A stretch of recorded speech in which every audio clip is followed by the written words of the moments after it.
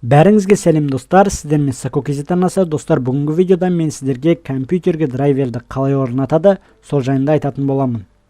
Ең алдымен драйверді орнатпас бұрын, өзіміздің компьютерімізде драйвер бар ма, жоқ па, соны бір тексеріп алайық. Ол үшін мой компьютер дегенге кіреміз, не болмаса мінекей мен жағдайымда этот компьютер деп тұр. Соған кіреміз.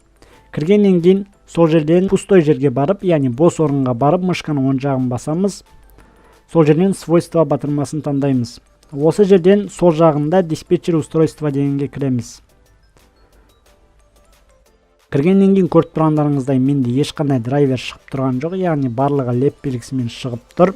Енді қазір біз сіздермен бірге бұған керекті драйверлерді орнатамыз. Ол үшін ең алдымен өзіміздің браузерімізге кіреміз, яғни интернетке кіреміз. Кіргеннен кейін осы видеоның описаниясына ссылка тастап кететін боламын, соған кіреміз, яғни Driver Pack Solution деген программаны жазып аламыз. Осы бір сайт, осыған кіргеннен Driver Pack, яғни установить все драйвер дегенді басамыз, яғни өзімізге керекті драйверлерді жазып аламыз. Осы бір программаны өзіміздің компьютерімізге скачать етіп аламыз. Және де достар, ескере кететін нәрсе, бұл программаны өздеріңізге скачать еткен кезде компьютеріңіздегі антивирустың барлығын өшіріп тастаңыз. Әйтпесе бұл программаны компьютеріміз вирус деп ойлап, яғни біздің компьютерімізге орнатылмай қалуы мүмкін.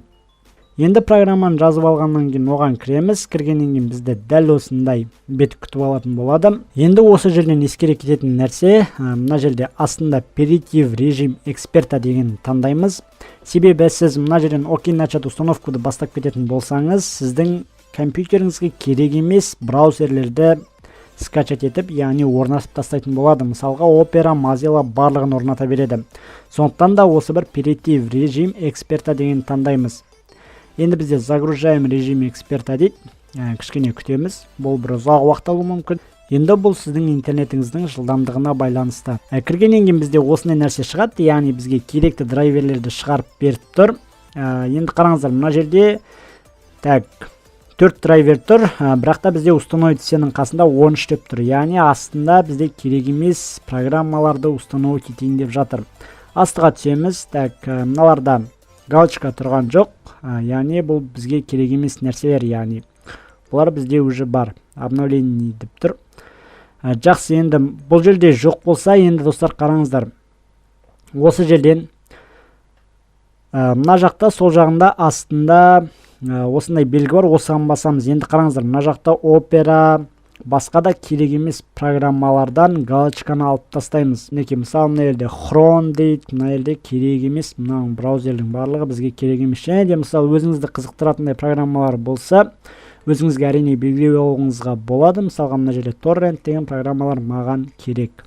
Енді барлығын таңдап алғаннан кейін қайтып драйвер деген жерге келеміз. Және де осы жерден установить все 9 драйвер деп тұр, яғни бізге жаңа 13 болған, енді 9-ға түсіріп алдық. Енді осылардың барлығын установить етуге жібереміз. Мінекей, бізде установка басталды. Енді компьютерді өшіріп тастамауымыз керек әдеттегідей. Енді осының барлығы установить етіліп болғанша күтеміз. Бұл әрине сіздің интернетіңіздің жылдамдығына байланысты болады. Енді достар, көріп тұрғандарыңыздай бізге перезагрузка жаса деп тұр, яғни компьютерді өшіріп қосуымыз керек. Енді осы жерден перезагрузка батырмасын таңдаймыз. Және де біздің компьютеріміз перезагруз етілетін болады, яғни сөніп қайтып қосылады. Достар, мінекей біздің компьютеріміз қайтып қосылды. Енді драйверлер бар ма, жоқ па тексеріп көрейік. Бізге керекті программалар орнатылыпты. Мінекей AIMP деген программаны жазуға берген болатынмын, яғни галочка қойған болатын осы программаға. Енді қазір тексеріп көретін боламыз, драйверлер бар ма, жоқ па. Қазір көрейік. Бізде мінекей RAR, яғни архивқа арналған программаларда жазылыпты. Өте жақсы. Енді қазір драйверлерді тексеріп көрейік. Свойства, диспетчер устройства.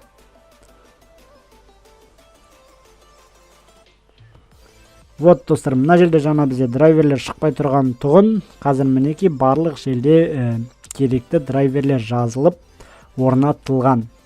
Бар болғаны осы, яғни бізде драйверлер орнатылып болды. Осымен видеомызды аяқтаймыз. Бұл видео сіздерге ұнады деген ойдамын. Видео ұнаса лайк басып каналға тіркелуді ұмытпаңыздар. Сіздермен болған Сако KZ арнасы. Қош сау болыңыздар достар.